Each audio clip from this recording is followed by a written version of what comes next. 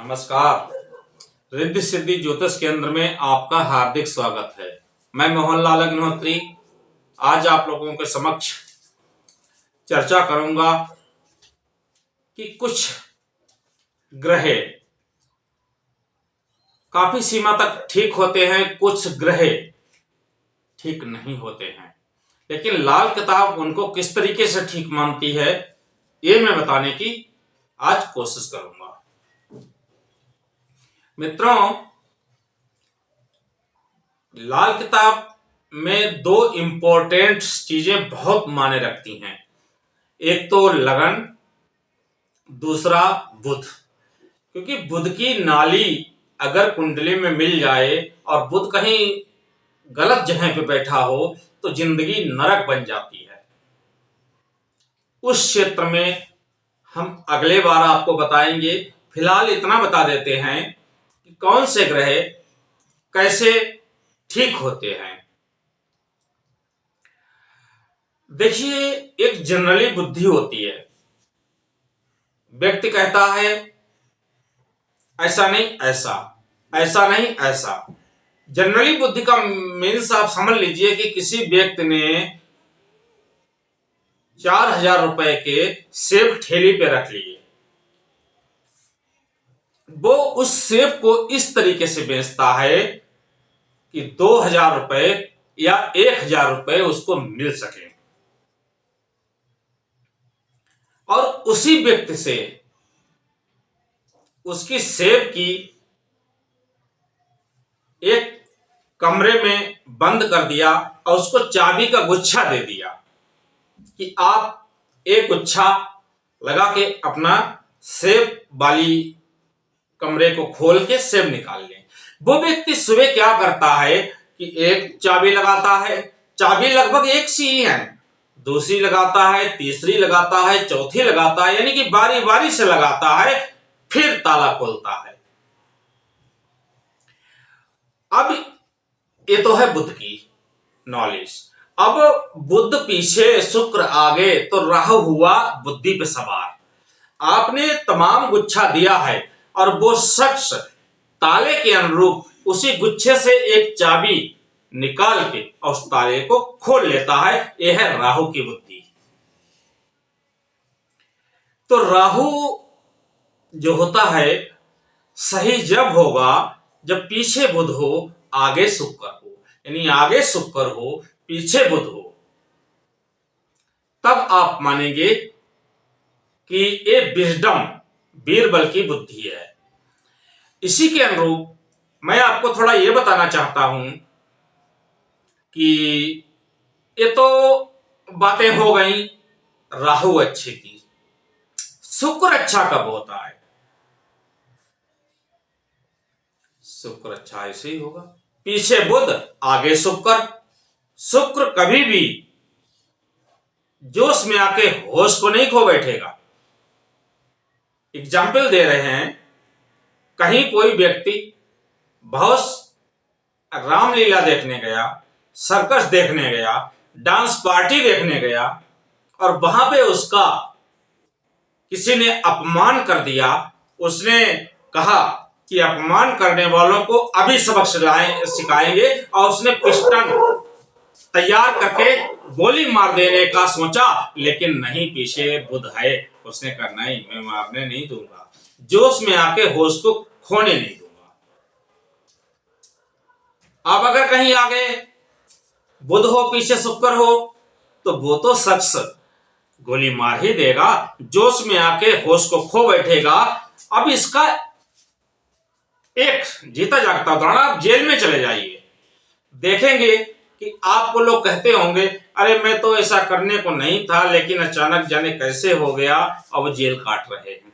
यानी कि जोश में आके उन्होंने होश को खो बैठा। वो भी किस लिए कि बुध आगे शुक्र पीछे।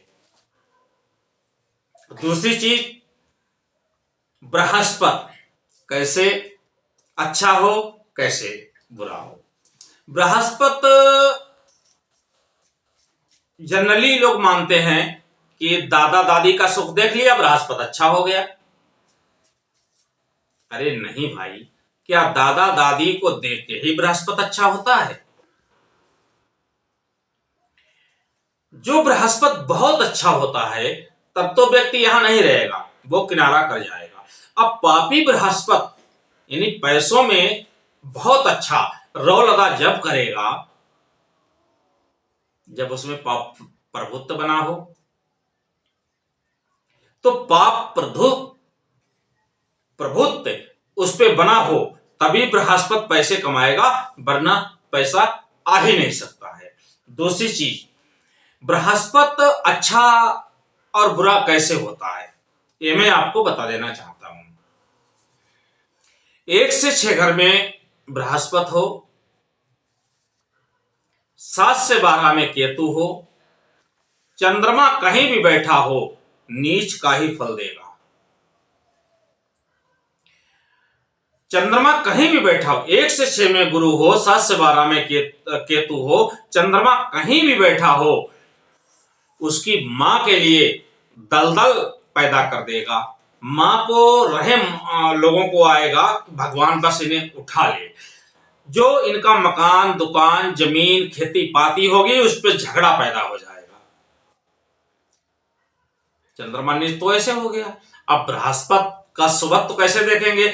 अगर कहीं द्वितीय, पंचम, नवम और 12वें पाप ग्रह हो तो बृहस्पति खराब हो गया? नहीं, खराब कतई नहीं हुआ, बस वो ला के हिसाब से अच्छा हो।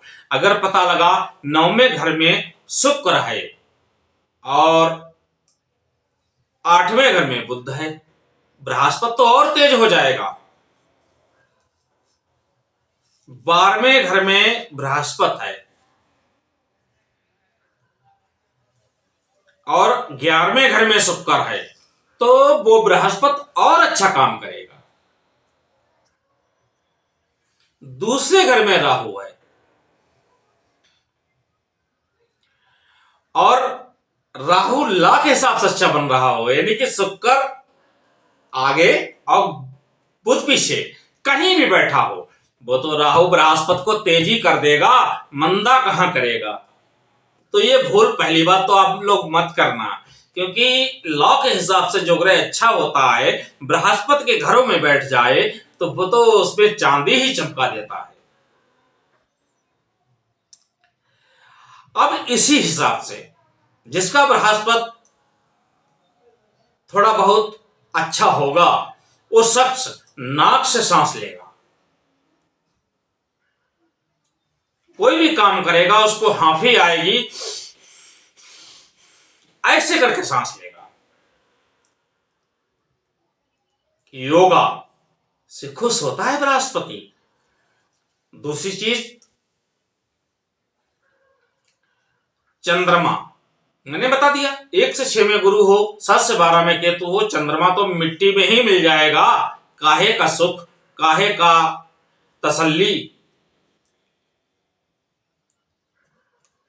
अब नेक्स्ट ग्रह को ले लेते हैं,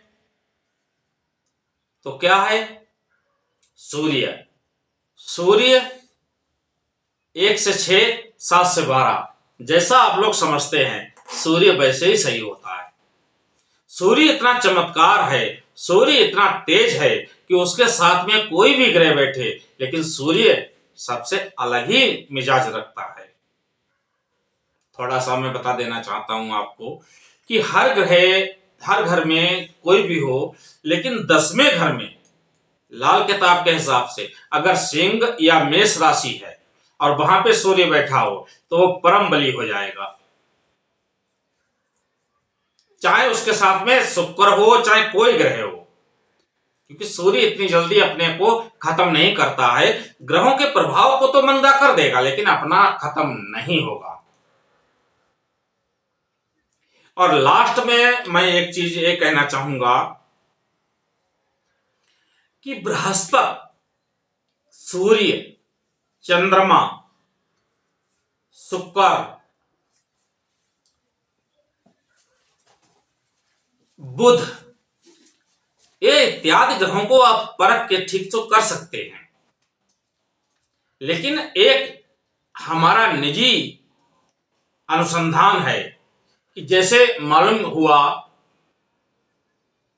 कि राहु लगन में है, और बुध के शुक्र के पीछे बुध है, तो राहु तो अच्छा हुआ। आप राहु को अच्छा माने, लेकिन जातीय गुण कभी न सोचे कि अच्छा ही देगा। राहु का जातीय गुण क्या है? मेंटली डिस्टर्ब, तो जातीय गुण उसमें विद्यमान रहेंगे। बृहस्पति कितना भी खराब हो जाए तो उसका जातीय गुण आप में जरूर मिलेगा। शनि कितना भी अच्छा हो जाए उसका जातीय गुण न्यायिक वो हमेशा आपको नजर आएगा। तो ये मैंने थोड़ी सी जानकारी आपको दी ग्रहों के बारे में, और उम्मीद करता हूं कि आपने हमारे चैनल को देखा होगा, सुना होगा, और आपको कुछ बातें अच्छी लगी होंगी, और अच्छी लगी हो तो मेरे चैनल को subscribe, like, comment, notification bell दबा के आप मेरा मनोबल बढ़ाएं, और अपना कोई सुझाव देना चाहते हो तो कमेंट्स में जरूर दें। अब इसी के साथ नमस्कार।